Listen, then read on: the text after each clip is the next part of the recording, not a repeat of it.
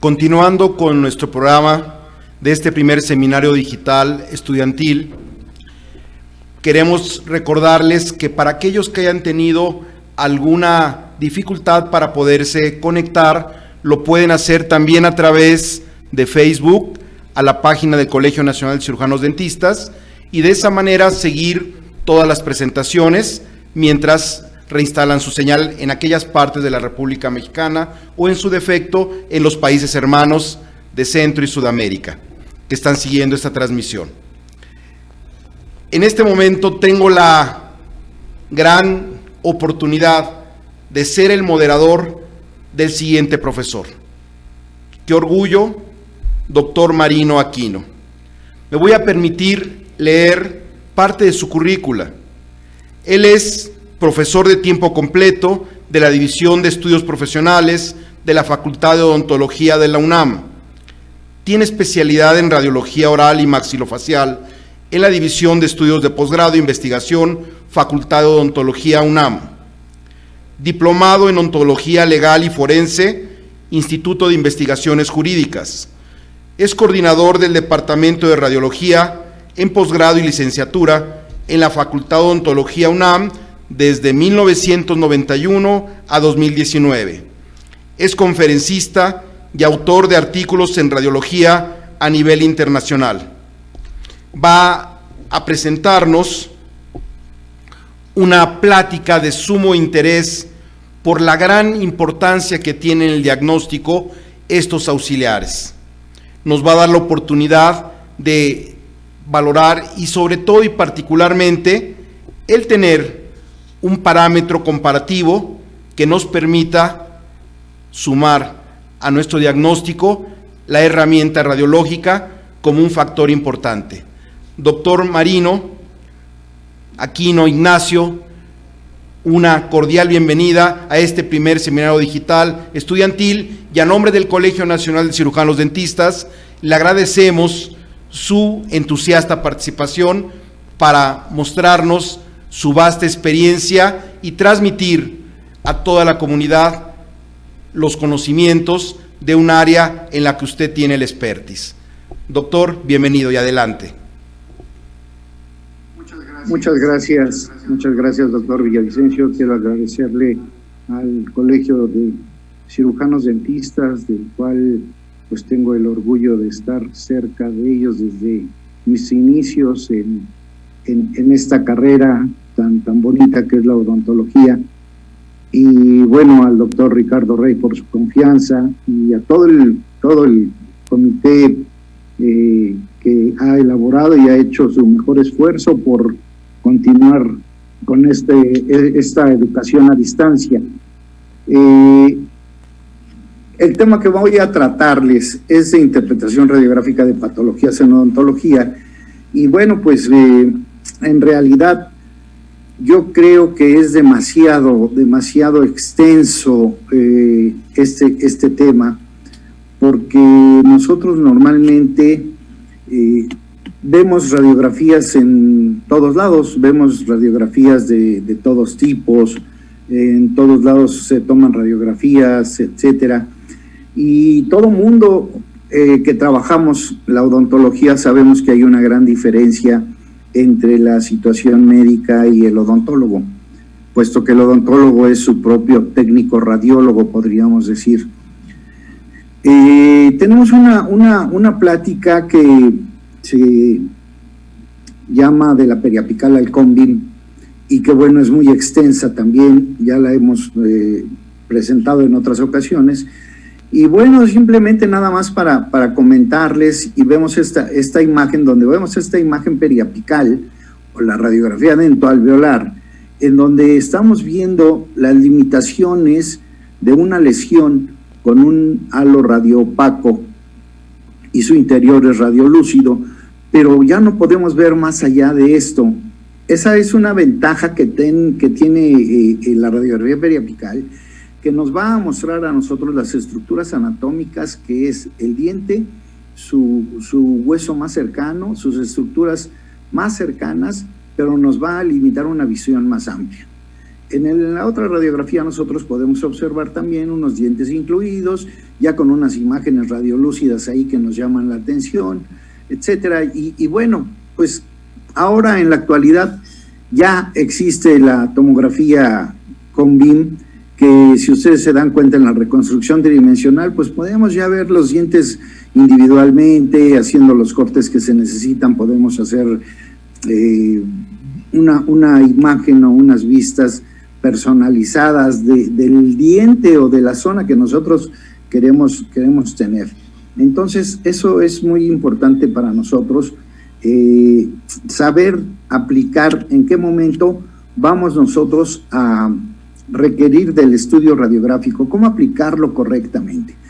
Y bueno, se me hace justo que nosotros podamos tener el privilegio de hablar de este señor, que es el señor Konrad Röntgen, quien fue el descubridor de los rayos X. De los rayos X, porque él, hasta la fecha, lo que él hizo, lo que descubrió, pues es realmente lo que a la fecha nosotros hemos estado manejando aún con el CONBIEM. Claro, hay algunos métodos de diagnóstico, por ejemplo, como la resonancia magnética, el ultrasonido, que no utilizan rayos X, ¿no? Pero bueno, eso no es privativo de que él haya hecho sus primeros descubrimientos, gracias a que él reunió toda la cantidad de información que ya existía. Y bueno, una frase que le han adjudicado a él es que él decía: yo no solamente investigué, sino que también pensé. Y al momento en que él pensó y reunió todo este tipo de elementos que conforman la producción de los rayos X, pues de ahí hacia el presente, pues estamos nosotros utilizando la misma radiación ionizante. Entonces los avances en el diagnóstico pues han sido muy importantes. ¿Y cuál es el objetivo de que nosotros tengamos un estudio por imagen? Pues es que necesitamos obtener la máxima información de acuerdo a cada proyección utilizada o cada estudio utilizado. Así tenemos que desde la radiografía panorámica, que es una gran herramienta de trabajo y cada vez se ven mucho mejor las radiografías, pues podemos nosotros mejorar cada día las radiografías ahora con la era, mejorar de estas radiografías que anteriormente se ve de una manera con demasiada sobreposición de imágenes, con una calidad diagnóstica menor a la que se observa ahora, etcétera. Nosotros, en mi experiencia, pues siempre me preocupaba el por qué veíamos una imagen en blanco y negro, ¿no? Una imagen en blanco y negro, observar una radiografía, pues siempre es complicado, siempre era difícil observar o ver los huesos individualmente. Bueno, logré que en tecnología y en la Facultad de Odontología logramos esta imagen que se observa aquí, es un atlas anatomoradiológico, en el que nosotros le pusimos, con la ayuda del departamento de cómputo, con un programa especial en la sala de 3D, logramos darle un color a cada uno de los huesos. Pero bueno, esto es para que entendamos mejor la imagen radiográfica. No es lo mismo que nos aprendamos los huesos en un cráneo seco que observarlos a colores, cada uno de los huesos, cómo está articulado, y de ahí ya lo transportaríamos a lo que es la imagen en blanco y negro. Otro de los estudios, y bueno, que ha tenido más auge, sobre todo en los últimos años, es la tomografía por emisión de positrones, debido a la gran cantidad de padecimientos y de enfermedades que han existido, ¿no? La tomografía por emisión de positrones cada vez está más solicitada, más utilizada. Aquí el único problema de varios de los estudios que voy a mencionarles son desafortunadamente los costos. Los costos son muy altos, pero sin embargo los resultados son magníficos. Yo creo que cuando se trata de la vida de un paciente que está en peligro, pues creo que los costos vienen siendo un poquito de menos importancia, porque, bueno, nos van a dar una gran ayuda y un gran diagnóstico para que nosotros podamos elaborar nuestros tratamientos. Otro de los estudios que tenemos al alcance del odontólogo es la resonancia magnética. La resonancia magnética dinámica, que se utiliza mucho, por ejemplo, en este caso estamos viendo una apertura de la boca del paciente, de la articulación temporomandibular. Y bueno, pues también es para observar tejidos blandos. Este es uno de los pocos estudios que no necesitan radiación ionizante. Otro de los estudios que no necesitan radiación ionizante es el estudio Doppler, el estudio del ultrasonido, en donde nosotros podemos ver u observar en los grandes problemas infecciosos, sobre todo de tejidos subcutáneos, en donde a nosotros nos va a marcar movimiento de las arterias. Por ejemplo, esta es una imagen de un proceso infeccioso en la parte subcutánea, y donde nosotros estas flechitas que nos están marcando observamos que es una arteria que está pulsátil.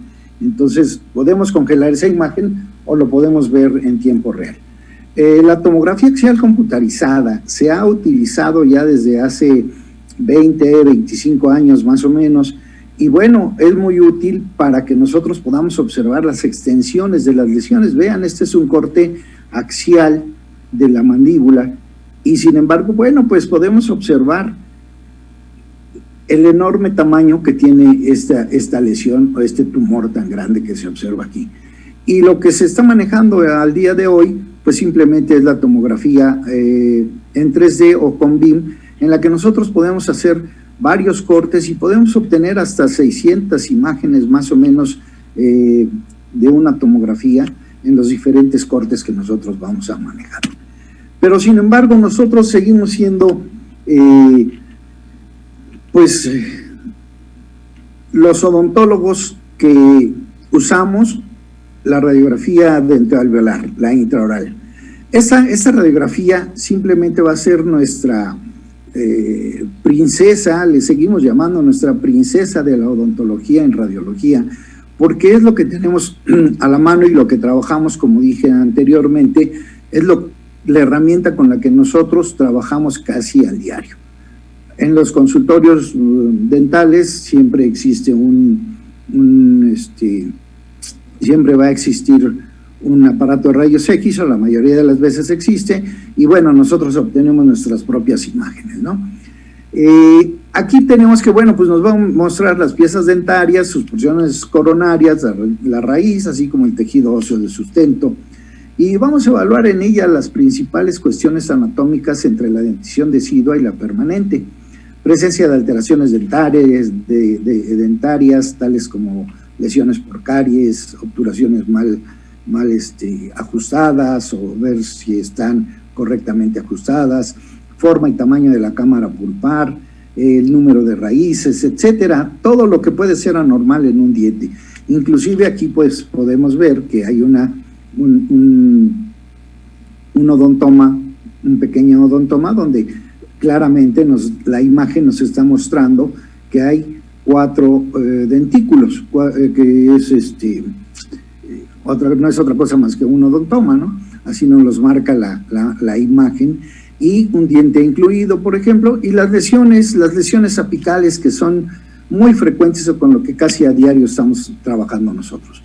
Dentro de las radiografías intraorales que nosotros manejamos, pues se encuentran principalmente la periapical, la de aleta de mordida y la oclusal, ¿no?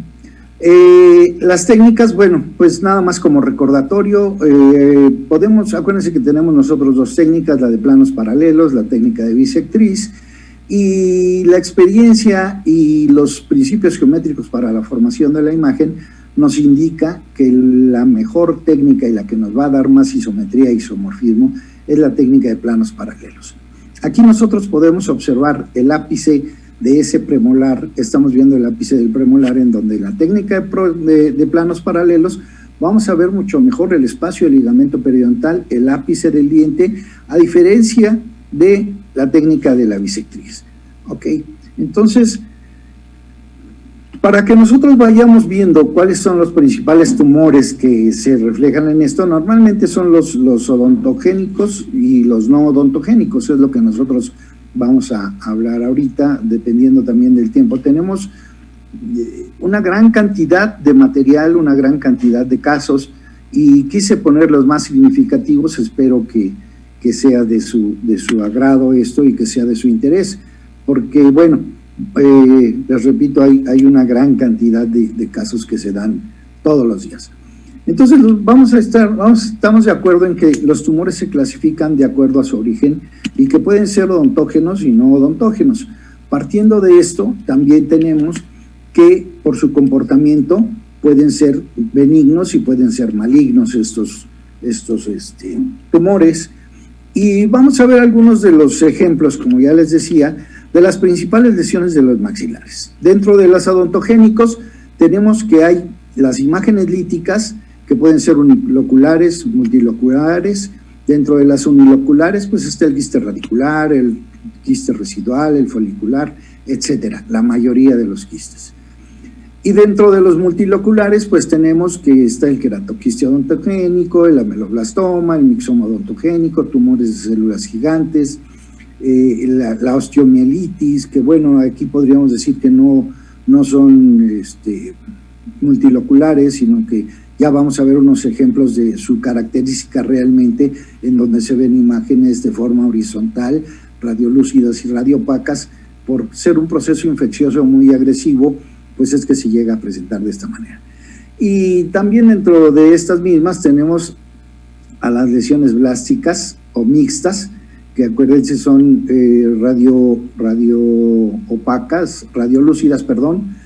Las líticas son radiopacas, las blásticas son radiolúcidas, o pueden ser mixtas, radiolúcidas y radiopacas, como es el caso del cementoma o del odontoma. Y dentro de los no odontogénicos, pues nosotros vamos a tener también aquí algunos ejemplos de las imágenes líticas y blásticas, como las neoplasias malignas, las histiocitosis, lesiones fibroóseas. Dentro de las blásticas y mixtas estamos viendo las lesiones fibroóseas o las osteoradionecrosis. Eso es muy importante que nosotros vayamos definiéndolo, o que vayamos diferenciándolo radiográficamente. Tenemos que un tumor es una alteración de los tejidos que produce cualquier alteración de los tejidos que produzca un aumento de volumen. Las radiografías nos van a proporcionar una información para localizar el tumor, determinar su tamaño, forma, bordes y efectos sobre estructuras adyacentes. Aquí esto va a facilitar tener datos acerca de su naturaleza y el potencial destructivo de la lesión. ¿Qué tan agresiva es esa lesión que yo estoy viendo? Acuérdense que nosotros, para poder tener un estudio radiográfico, pues simplemente primero necesitamos hacer una buena historia clínica, tener todos los datos del paciente que nos lleve hacia qué tipo de estudio es el que vamos a ver primero y qué radiografía es la que vamos a aplicar, ¿sí? Dependiendo de los datos que nosotros tengamos de la historia clínica. Esta radiografía muchas veces nos va a permitir o indicar el diagnóstico específico de un tumor. Por ejemplo, si existe un diente, si no existe un diente, pero en algunos otros los tumores tienen cierta similitud en su morfología. Puede ser que nosotros digamos, mira, este es un ameloblastoma y resulta que es un queratoquiste, o al revés, ¿no? O un mixoma. Claro, la estructura morfológica, pues muchas veces nos puede confundir a nosotros. Entonces, también es muy importante que nosotros vamos a identificar este tipo de lesiones, pues obviamente mediante el estudio histopatológico. Solamente el estudio histopatológico nos va a dar a nosotros el resultado definitivo de lo que es la lesión, el resultado definitivo. Fíjense, por ejemplo, aquí nosotros tenemos 3 imágenes de un mismo caso en la parte superior y 3 de otro caso en la parte inferior.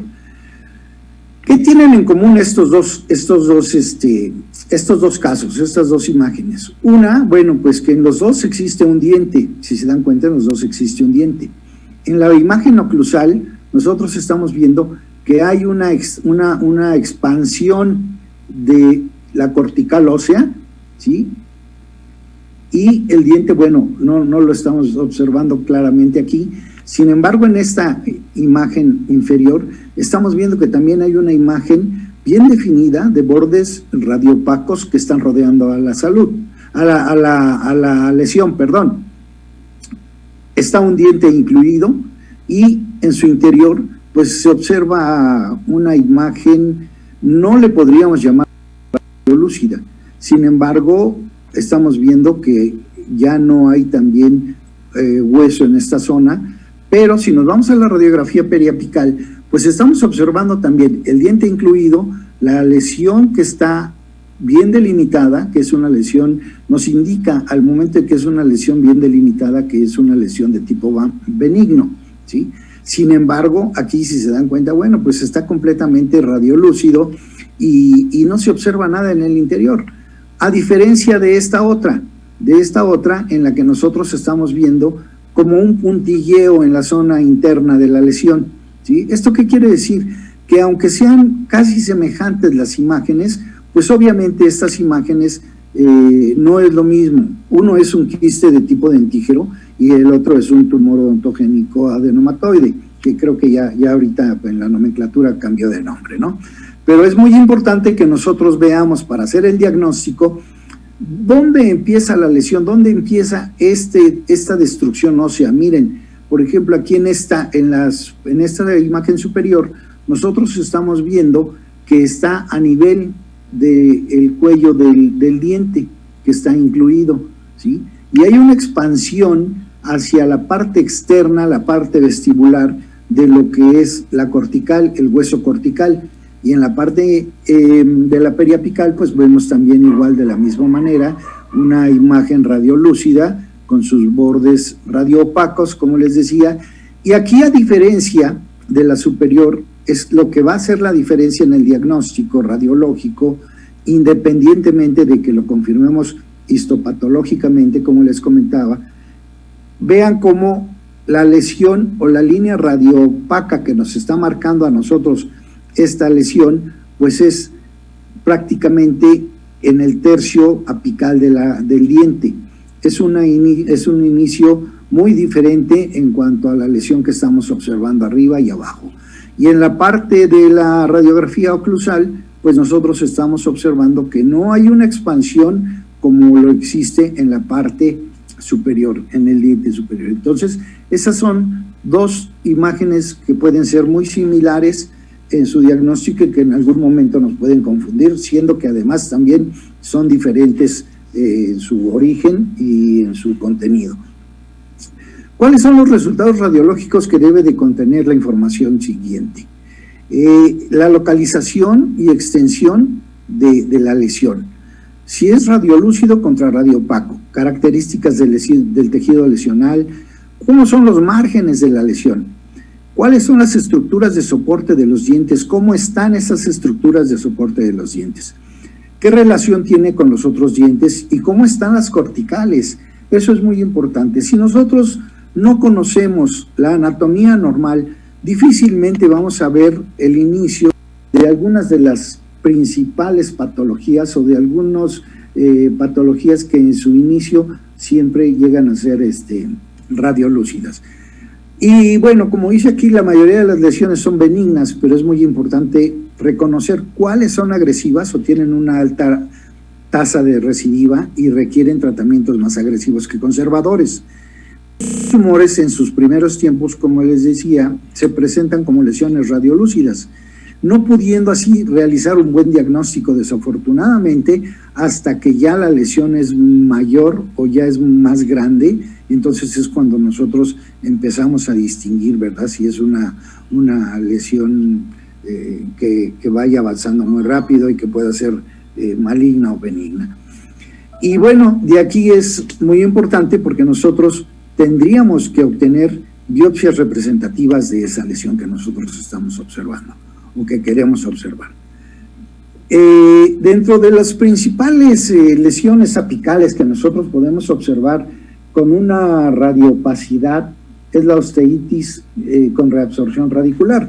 Aquí podemos ver ya el aumento en el espacio del hueso, en lo que es el hueso. Estamos viendo imagen radioopaca y ya hay una imagen radiolúcida en esta zona, inclusive con una reabsorción radicular. Esta imagen en los libros o en los dibujos pues se maneja de esta forma, indicándonos lo que es lo radiolúcido y lo que es lo radioopaco. Radiográficamente a veces no es tan sencillo observar esa imagen o ese halo radioopaco. La osteitis condensante o esclerosis del hueso, pues obviamente va a estar provocada por una inflamación o infección y normalmente son por una lesión pulpoperiapical la mayoría de las veces. Otro ejemplo que tenemos, que vamos a mostrarles, es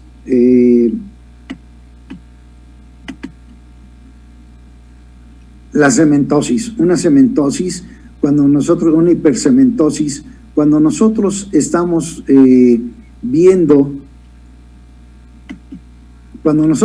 viendo estas imágenes, ¿cómo es posible que nosotros obtengamos la imagen o sepamos si pertenece al tejido del diente o es un problema óseo? Pues muy sencillo, nosotros tenemos que seguir el espacio del ligamento periodontal, y si el espacio del ligamento periodontal se pierde, o como en este caso se abre hacia lo que es el ápice del diente, pues obviamente estamos viendo que hay un aumento aquí en lo que es el cemento de la raíz, y por eso estos signos radiográficos nos pueden a nosotros dar una información de que es una lesión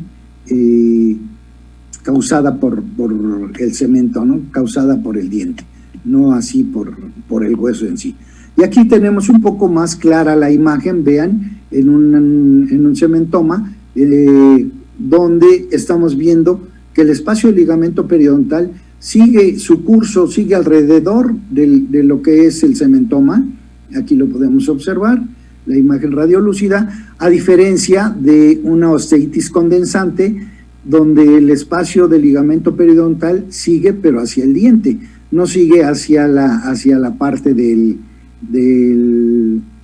la osteitis condensante, ¿no? Eso es muy importante ver los detalles. En la hipercementosis observamos el espacio del ligamento periodontal alrededor de la imagen radioopaca. Y en la osteosclerosis o osteitis condensante, el espacio del ligamento periodontal no tiene que ver con la imagen radioopaca. Dentro de todos estos avances, bueno, pues como les decía, ahora ya podemos tener a la mano lo que es la radiografía, la tomografía con BIM de tercera dimensión. Pero nosotros seguimos trabajando todavía con la radiografía panorámica, de primera intención. Se dice que el examen ideal que todo paciente debería realizarse antes de iniciar un tratamiento odontológico es una radiografía panorámica, porque nos va a dar mucha información, una gran información y una gran cantidad de detalles. Aquí tenemos un ejemplo. Por ejemplo, si nosotros tenemos una radiografía, esta es una radiografía de una paciente femenina de 49 años, asintomática, y que es referida a la consulta para evaluación de maxilar y mandíbula previa a la colocación de implantes. Mi pregunta es, ¿qué variante anatómica se observa en la imagen? A lo mejor nos tardamos un poquito más aquí, nos comemos un poquito más de tiempo de la presentación, pero es bien importante. Yo aquí les puse, y muchas veces en los exámenes que nosotros hacemos, ¿por qué? Porque desde el inicio del curso siempre les pedimos que tengan el cuidado de observar, no nada más de ver, porque yo puedo ver una radiografía, pero no la estoy observando. En una radiografía panorámica, acuérdense que aparte de los 32 dientes que pueden existir, o aún más si son dentición mixta o hay dientes supernumerarios, tenemos otras 32 estructuras más que podemos observar. Y bueno, aquí les puse yo algo como una guía rápida, porque si nos ponemos a investigar o nos ponemos a interpretar y a revisar esta radiografía, nos vamos a llevar más de los 20 minutos que nos faltan, 15 minutos, y bueno, pues tenemos que es una imagen radiopaca que podría presentar microdoncia, anquilosis vertebral, micrognatia o cóndilo bífido. Si ustedes observan con detenimiento, una vez que están observando los cuatro conceptos que yo les mencioné, pues nos vamos, por ejemplo, aquí a esta imagen. Miren, este es un detalle, es observar con detalle esta imagen que estamos viendo aquí en la articulación temporomandibular. Y vean, hay dos líneas radiopacas en este cóndilo. Este cóndilo está normal, está diferente. Una vez que nosotros ya detectamos que esa imagen de la articulación no es normal, podríamos decir, bueno, ¿cuál es el diagnóstico entonces? ¿O cuál es la imagen que nosotros vamos a observar? Entonces podemos preguntar, ¿qué estudio de imagen es el indicado para el diagnóstico preciso de esa variante anatómica? Tomografía rotacional, resonancia magnética, tomografía con BIM o la artrografía. Cada uno de estos estudios, fíjense, tendríamos nosotros que manejarlos, que saber cuáles son sus indicaciones, que saber en qué momento los vamos a aplicar. Y bueno, pues aquí ya viendo que es una situación anormal de la tomografía, de la articulación temporomandibular, bueno, pues lo que tenemos ahora muy a la mano y muy frecuentemente en algunos lugares, no en todos tenemos acceso a esto, pues sería una tomografía con BIM, ¿no?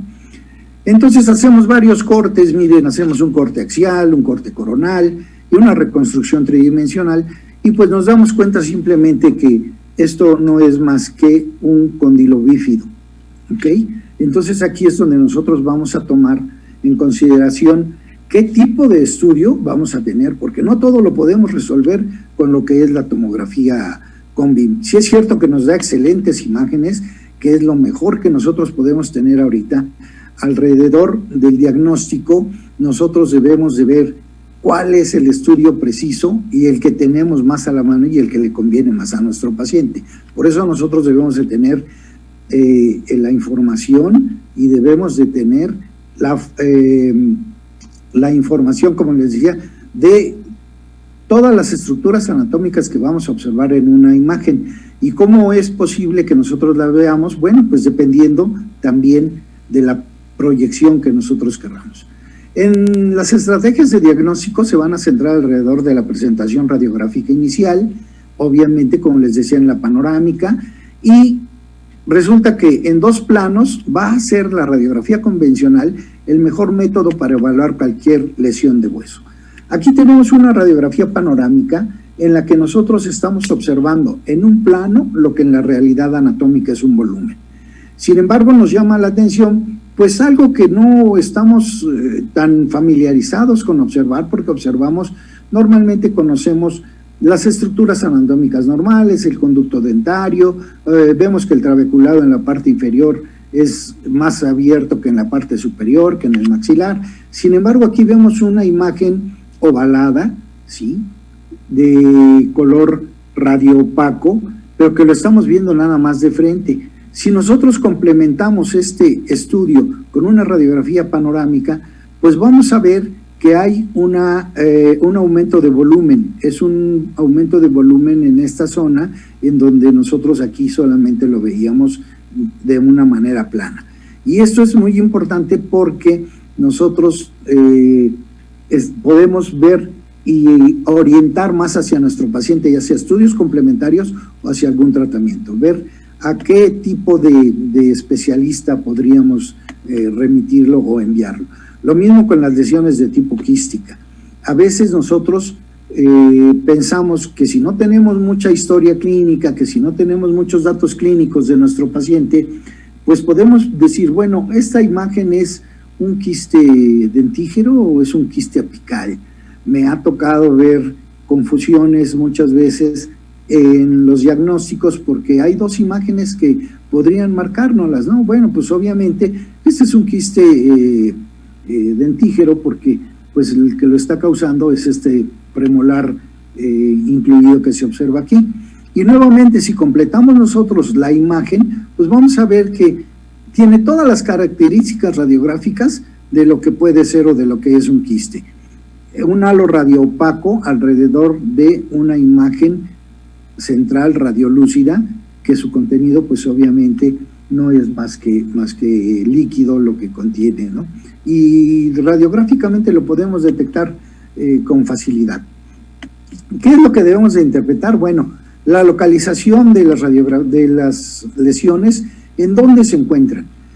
Obviamente aquí estamos viendo que, bueno, si se encuentra en la parte superior y hay un diente incluido, pues nosotros podemos pensar que en la parte superior, en el paladar, pues vamos a encontrar este tipo de imágenes, ya lo habíamos visto, y si no, también en esta otra donde no se encuentra un diente incluido, fíjense cómo el espacio del ligamento periodontal está respetado en este diente, en este incisivo central, y en este otro incisivo central también está respetado. Entonces, ¿qué quiere decir? Que esto, bueno, no es de origen dental, ¿verdad? Entonces tenemos un quiste de la línea media, un quiste en el paladar, una destrucción que estamos viendo que está bien identificada, que está bien marcada, delimitada por una imagen radioopaca. Y bueno, otro estudio que nosotros normalmente vemos, la radiografía panorámica, también con la cantidad de información que nos da, pues alcanzamos a ver aquí un diente incluido. Vean, está el ápice de esta forma, está completamente al revés, en dirección opuesta, hacia donde debería de erupcionar. Y aquí estamos viendo que hay un halo radioopaco que la está rodeando esta corona del diente. Entonces, ¿qué estudio complementario? A lo mejor podrían decir, bueno, pues una tomografía. Sí, con la tomografía lo podríamos resolver, pero les repito, para que nosotros podamos entender cualquier estructura anatómica, tendríamos que conocer primero lo normal y saber qué es lo que sigue. Lo que sigue, pues nosotros podemos aquí resolver este caso, miren, por ejemplo, con una proyección lateral de cráneo que nos está dando exactamente la colocación del diente, dónde está el diente, y la extensión de este pequeño quiste, de este quiste que se está formando en esta zona. Una radiografía oclusal donde estamos viendo la dirección del diente también, y la radiografía periapical, que obviamente, como les decía, pese a sus limitaciones, pues nos está mostrando muy bien, muy claramente lo que nosotros estamos requiriendo conocer. ¿Ok? Esto es en cuanto a la localización de las lesiones. Tenemos otro caso, por ejemplo, aquí en donde vamos a ver nosotros múltiples imágenes radiolúcidas en forma bilateral, ¿sí? En un niño, y que obviamente si nosotros tomamos una radiografía postero-anterior, pues vamos a observar que estas imágenes se observan en ambos lados y que, bueno, pertenecen a lo que es un querubismo. También vean cómo aquí nosotros estamos viendo en un quiste óseo traumático la imagen donde el crecimiento, normalmente es asintomático, donde el crecimiento es muy grande, la destrucción ósea es grande, sin embargo está bien delimitado, no está habiendo risólisis, estamos viendo solamente esta imagen que, les repito, muchas veces pasa desapercibida. O un quiste dentígero también, que pudiéramos confundirlo por su extensión con otra patología, con una meloblastoma, por ejemplo, que les repito, sin embargo, esto solamente el patólogo nos va a dar el resultado final.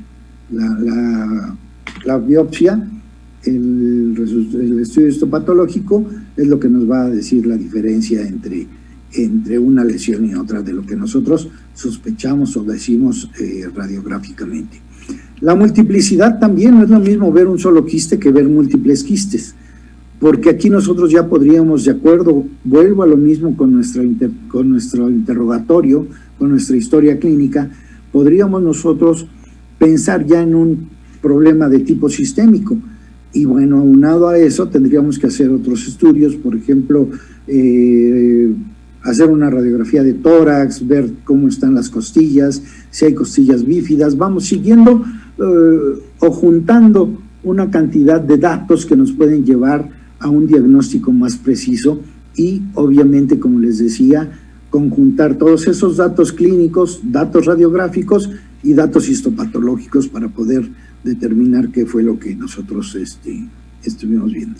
La tomografía axial, la tomografía con BIM, otra vez también, aquí estamos viendo en unos cortes coronales, de acuerdo a la profundidad del corte. Acuérdense que nosotros vamos a ver las imágenes que estamos requiriendo. Y su densidad, nosotros podemos ver 3 tipos de densidad básicamente. Radiolúcidas, aquí estaban las imágenes radiolúcidas, imágenes radiopacas o imágenes mixtas, en donde nosotros en las imágenes mixtas vamos a pensar o vamos a creer que el contenido de la lesión puede tener varios orígenes o puede estar de diferentes orígenes. Y aquí, por ejemplo, miren los detalles, como les decía, vean el seno maxilar y vean una imagen radiopaca dentro del seno maxilar a nivel del piso.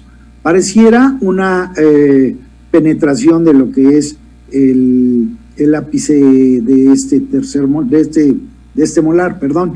Sin embargo, acá también nosotros observamos en otra proyección y en otro paciente cómo nosotros estamos viendo una imagen completamente radioopaca, bien delimitada, que se encuentra dentro del seno maxilar. Y esto es importante saber por qué se encuentran o qué podemos hacer nosotros ahí en esa zona. Vamos a determinar si hay mineralización dentro de esa lesión.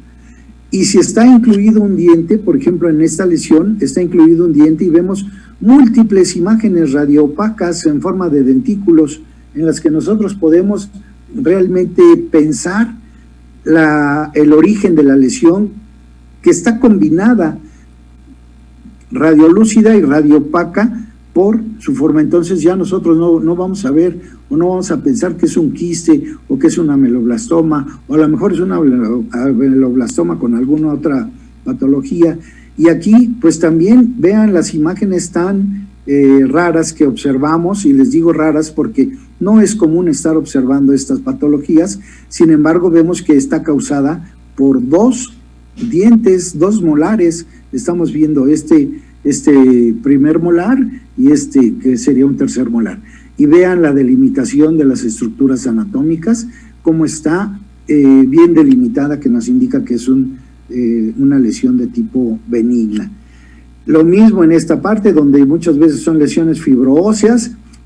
Nosotros vemos en un molar radioopaco también, en su interior es una lesión de tipo mixto, y lo mismo en esta zona, ¿no? Estamos viendo muy bien delimitada la lesión, y esto pues lo podríamos ver en diferentes proyecciones o en diferentes formas, ¿no? Entonces tendríamos que delimitar qué es lo que está pasando con el hueso, qué le está haciendo la lesión al hueso. Y bueno, esta definición es: si la zona de transición entre la lesión y el hueso huésped es ancha o pobremente demarcada, sin límites claros, entonces la lesión es agresiva, podríamos decir es maligna, un proceso rápido en el que el hueso no tiene tiempo para responder a esta enfermedad. En este contexto, pues podemos indicar un tumor maligno, un tumor localmente agresivo o una infección.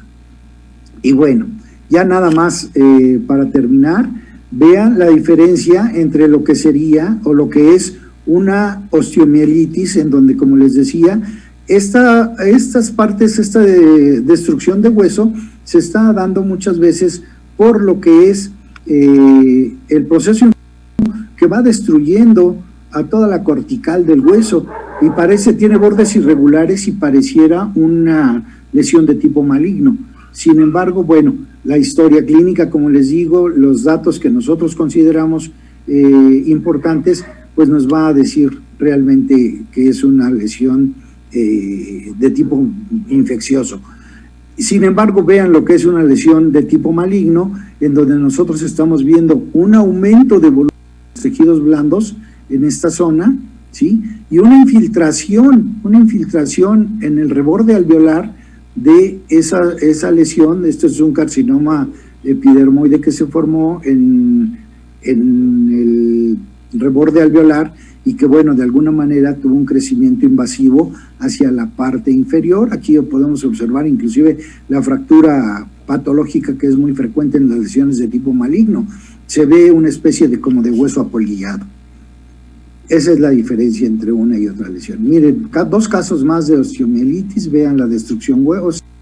Y bueno, aquí básicamente son dos pacientes, uno con diabetes juvenil, que es y si se dan cuenta aquí, la lesión hizo tal destrucción de hueso, pero está dando tiempo a que haya una neoformación ósea, y en esta no, es una lesión de tipo maligna, cancerosa, en donde la lesión simplemente sigue avanzando, sigue su curso. Como les decía, los patrones radiográficos pueden ser similares con un resultado histopatológico muy diferente. Me voy a adelantar un poquito porque quiero nada más mostrarles por último, bueno, las imágenes cómo nos van diciendo a nosotros qué le va haciendo, cuándo es más agresiva una lesión en el hueso. Y fíjense, estas imágenes más radiolúcidas, lo único que nos dice a nosotros pues es que obviamente está habiendo más destrucción ósea en esa zona que en todas las demás partes de la lesión. La influencia periférica también es muy importante, qué está pasando con las estructuras vecinas. Y aquí, bueno, vemos una lesión de tipo benigno, que es un pólipo en el seno maxilar, y aquí es un adenocarcinoma del seno maxilar, y bueno, la destrucción que está tan amplia, ¿no? Y bueno, nada más como recomendación, está este libro, miren, es ya antiguo, pero fíjense cómo nos dio a nosotros un ejemplo de lo que pueden presentarse el diagnóstico diferencial de diferentes patologías, ¿no? Aspectos de burbujas o pompas de jabón, que se llama coloquialmente, y puede ser un granuloma central de células gigantes, un mixoma odontogénico, un ameloblastoma, etcétera, ¿no? Un quiste óseo aneurismático, etcétera. Aspecto de panal de abejas, pues también pueden ser ameloblastoma y angioma, el patrón de raqueta de tenis, porque así le llaman muchas veces a estas imágenes, es que tiene cierto patrón. Nosotros nos vamos acostumbrando. Muchas veces aplicamos esas imágenes del patrón de raqueta de tenis al hueso, y realmente, si nos damos cuenta, sí se parecen, pero hay tres entidades que son el granuloma central de células gigantes, el mixoma odontogénico y el hemangioma central. Otro que es aspecto de nieve arrastrada por el viento, el tumor de Pinborg, que es muy, muy característico, de vidrio esmerilado, una displasia fibrosa, un fibroma osificante, un osteosarcoma, etcétera, ¿no? Aspecto de motas o bolas de algodón, pues también lo podemos ver con displasia fibrosa, osteitis deformante o enfermedad de Payet, madera polillada. Ya vimos unos casos de osteomielitis, carcinoma intraalveolar, carcinoma metastásico, osteosarcoma o condrosarcoma, sarcoma de Edwin también, aspecto de piel de cebolla, osteitis crónica, granuloma eosinófilo, y por último, pues el osteosarcoma, ¿no? Si nosotros eso ya lo hemos visto. Y bueno, como conclusiones tenemos que en el diagnóstico diferencial las lesiones odontológicas ayudan mucho a la localización de la lesión con respecto al diente. Y bueno, ya por cuestiones de tiempo, quiero agradecerles mucho su atención, la oportunidad de poder compartir estas experiencias con lo que hemos estado viendo. Y también agradecerles, fíjense que pertenezco a un grupo de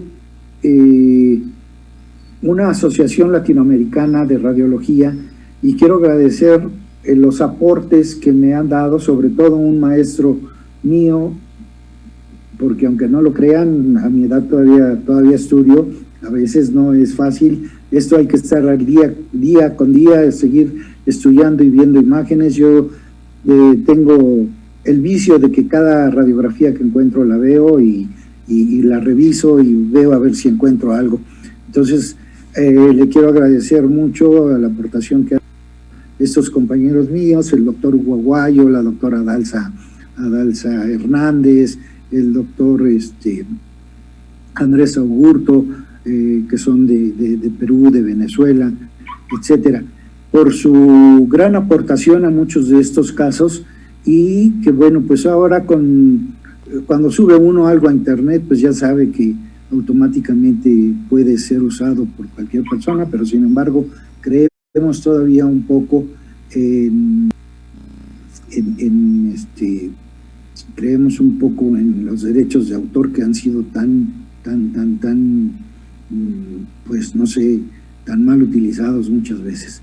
Y pues no me resta más que darles las gracias y decirles que pues espero les haya servido esto. Como se dan cuenta, si me hubiera puesto a analizar con ustedes la primera radiografía donde hicimos la pregunta ¿qué tenía esa panorámica?, todavía no terminaríamos, por la cantidad de opiniones y lo que cada uno de ustedes podría ver una imagen diferente o una cosa diferente, y que ahí se encuentra, que ahí está, es verdad, pero bueno, muchas veces tenemos que ir a lo que nos pide nosotros primero el paciente. Pues muchas gracias, les agradezco mucho su atención y espero que les haya servido esto. Doctor Villavicencio, muchas gracias por la atención. Y eso es todo. No sé si haya algo más que pueda agregar. Ya me pasé de tiempo, perdón, pero doctor, todavía había muchas imágenes más que mostrar, pero como les decía, creo que es todo lo que una probadita de todo lo que puede abarcar uno con esta especialidad.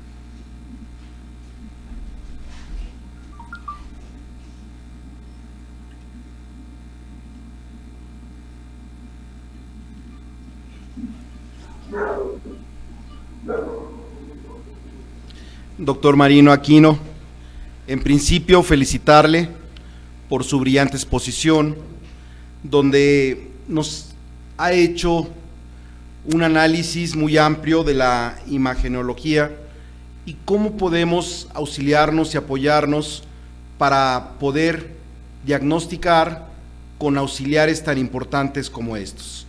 Por otra parte, el resaltar cómo la tecnología y por supuesto la evolución nos permite tener nuevas herramientas que nos amplían el abanico para facilitar al clínico el manejo y llegar a ese diagnóstico.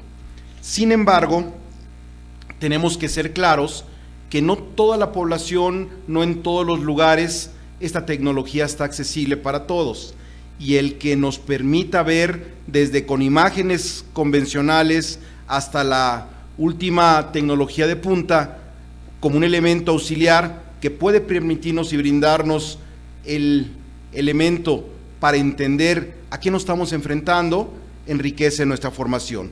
Tenemos algunas preguntas y quiero mencionarle que hay una audiencia muy amplia que siguió su presentación, al igual que la primera que tuvimos en este primer seminario digital, y hay algunas preguntas que por obviedad de tiempo no podremos hacerlas todas en este momento, pero se las haremos llegar para que usted las pudiera contestar. La primera pregunta viene de Oaxaca. Pues muchísimas gracias. Y nos dice... Perdón, gracias doctor, sí, con mucho gusto nosotros pues haríamos llegar las respuestas a esas preguntas, y de verdad muchas gracias, nuevamente muy agradecido por formar parte de este colegio tan importante, tan querido por muchos de nosotros. Seleccioné algunas preguntas que se van a vertir en este momento, con la intención de, sería imposible abarcar todas las inquietudes o dudas que hay, pero algunas me parecieron de sumo interés, particularmente una que menciona: doctor, a través de su experiencia, ¿cuál cree que sea el futuro de la imagenología en la odontología como auxiliar de diagnóstico?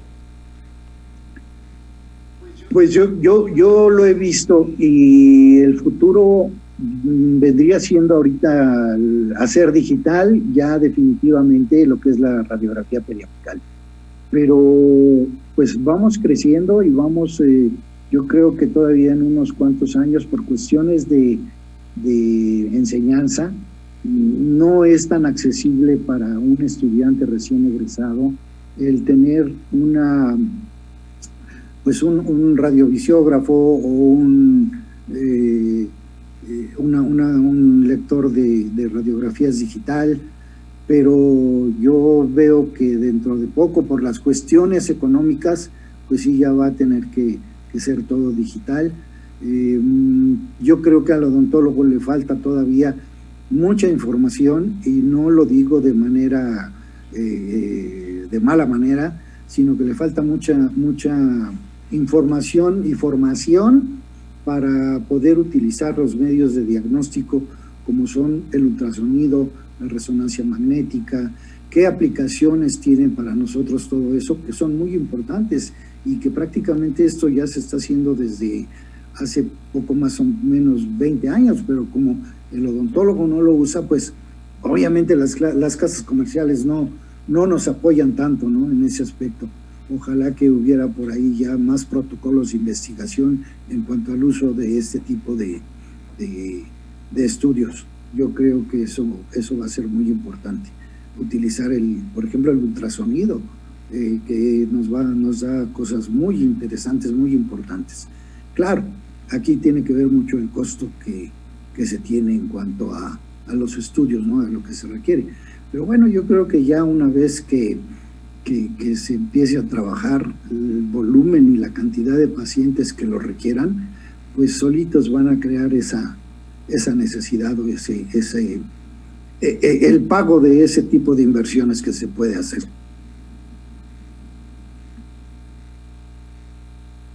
Su brillante participación y agradecimiento, y con la colaboración con este primer seminario digital del Colegio Nacional de Cirujanos Dentistas. A todos nuestros participantes les agradecemos su presencia, y particularmente queremos reiterarles, algunos han tenido el mensaje de que les ha costado trabajo poderse integrar a las presentaciones, y les queremos mencionar y recordar que a través de Face están pasando de manera dual. Por otra parte, para aquellas personas que hagan su depósito para registrar las horas crédito, les pedimos que nos hagan llegar a las instalaciones del Colegio Nacional vía electrónica su comprobante para poderles extender su constancia correspondiente. Muchas gracias nuevamente a todos. Vamos a hacer un pequeño receso para pasar a la siguiente presentación. Muchas gracias, doctor Marino Aquino Ignacio, por su brillante participación. Muchas gracias. Gracias, muchas gracias a ustedes. Hasta luego.